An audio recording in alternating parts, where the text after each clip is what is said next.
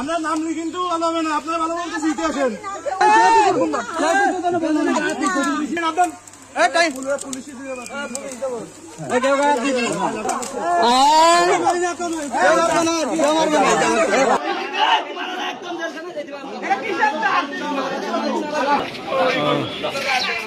কেউ ফিলি যাও যেটু কইছে অনেক এই 10 বছর ধরে কেশবপুরে সাধারণ জনগণের উপরে কিভাবে অত্যাচার চালিয়েছে, শুধু জামাত বিএনপি না, সাধারণ জনগণটা লুটে পুটে খাইছে।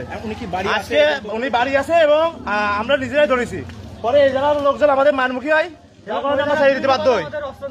আমরা মারামারি চাই না, আমরা চাইছিলাম যে পুলিশের হাতে দিয়ে দেবো, কিন্তু ওনারা তা করতে দেন, ওনারা আমাদের মাইরে ওনারা খাইয়ে নেই, এই বাসার ভিতরে আটকে রেখেছে।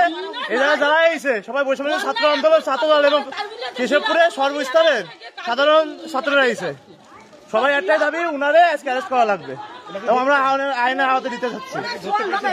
হ্যাঁ, আমরা ধরতে পারছি, আমি নিজে আমার অবস্থা থেকে বুঝতে পারবেন, উনি খালের ভিতরে লাভ দিয়েছিল, আমি নিজের দৌড়ে আসছি। এখন আপনার সেই সাজা ভোগ করতে হবে।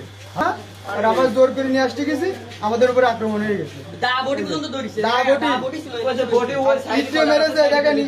আমার মাথায় মেরেছে, মাথা লাগছিল, এইবার ঠেকাইছি আমি। তোমার নাম কি? মোহাম্মদ শরীফুল ইসলাম। এই বটি দিয়ে মারার চেষ্টা করছি।